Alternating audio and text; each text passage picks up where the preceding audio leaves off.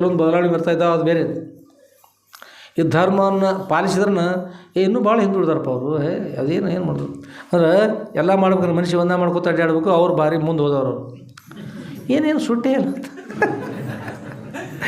ಸಿಕ್ಕದು ಮಾಡಿ ಹೋಗಿ ಎಲ್ಲೇ ಗಾಡಿಗೆ ನಮಸ್ಕಾರ ನೋಡಿದ್ರಿ ಇವ್ರಿಗೆ ಹಾಯ್ ಸೈಕಲ್ ಮಾಡ್ಕೊಂಡು ಕೂತಿರ್ತಾನೆ, ಇವ್ರು ಹಾಯ್ತಾರೋ ಅವ್ರು ಹಾಯ್ತಾರೆ.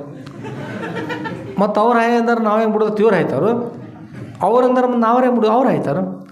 ಒಬ್ರು ಅವ್ರು ಹಾಯ್ದು ಅಲ್ಲಿ ಮುಂದೆ ಹೋಗಿ ನಾವು ಅವ್ರಿಗೆ ಹಾಸಿ ಇವ್ರಿಗೆ ಹಾಸಿ ಹಾಯ್ ಹಾಯ್ ಎರಡೂ ಕಡೆ ಹಾಯ್ ಹಾಯ್ ಎಲ್ಲರೂ ಬೀಳು ಏಳು.